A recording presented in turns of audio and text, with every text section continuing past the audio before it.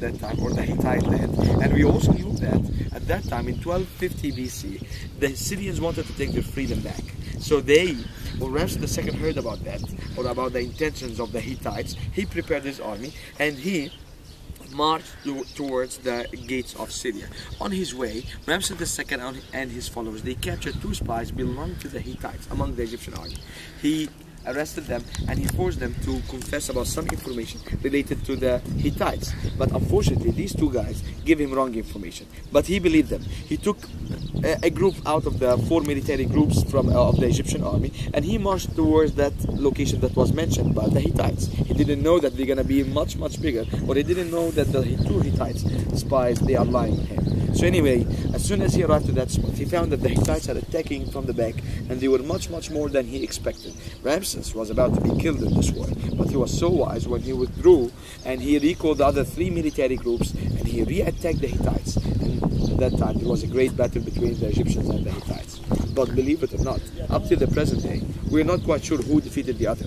And the reason is that because when you come to visit the Egyptian temples, you go inside Abu Simbel temple or Karnak or Luxor, you always find Ramses II stepping over thousands of the Hittites, killing them all with one hand and so on.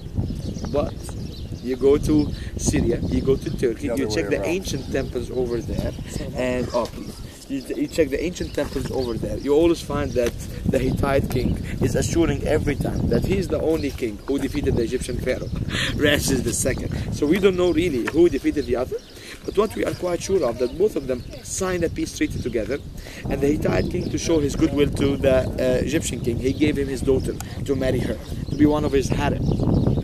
So, by the way, this peace treaty that was signed in 1250 BC was the first peace treaty in the human world at that time.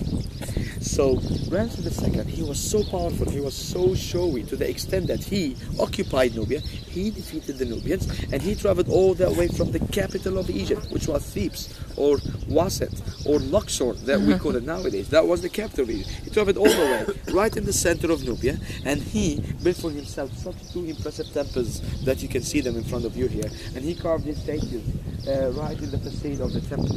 And not only this, he even built his temple, his great temple here, on a special alignment to allow the sun in 2 certain times a year, that whenever the sun rises, the rays of the sun